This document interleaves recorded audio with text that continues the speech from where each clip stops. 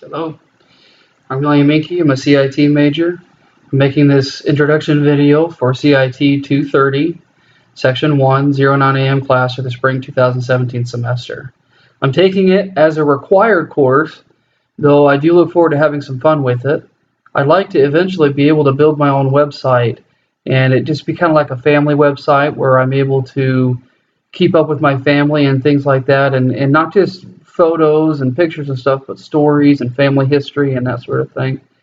And I know a lot of people are thinking, yeah, what about Facebook and Instagram and all that other kind of jazz out there? I'm not too comfortable with all that stuff. And even though a lot of the information that would be on my website might be personal to some extent, at the same time, it would be my website. I can do whatever I want with it. And I don't have to deal with all the advertisements. And I can keep the load time fast and easy. And there's not so much junk out there if I make my own website versus using a social media platform. So I think that would be fun and to eventually do. That would be done on my spare time for the most part, to be honest. Something unique about me. Well, I think that kind of like when it comes to databases, it takes a few things together to make a unique key. I'm the oldest of 8 kids. Grew up in North Carolina in the Bible Belt in the heart of the South there, and got sent to hell on a regular basis for being Mormon. But that was fun. That was good. I was glad to grow up in North Carolina. It was a good place to grow up. Eventually, I joined the Army.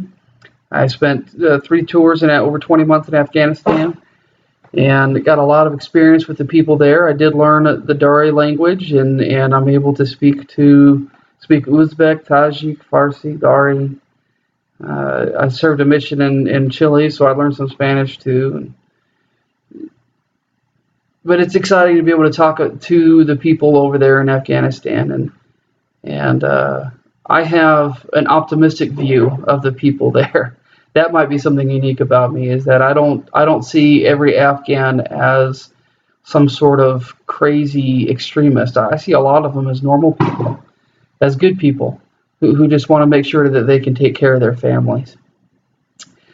Something I can bring to the class is experience, I think. I don't know how old I look, but I am in my 30s, and I've had a couple different vocations already, and now I'm going back to school again. This is my 4th time going back to school. Hopefully I'll finish this time.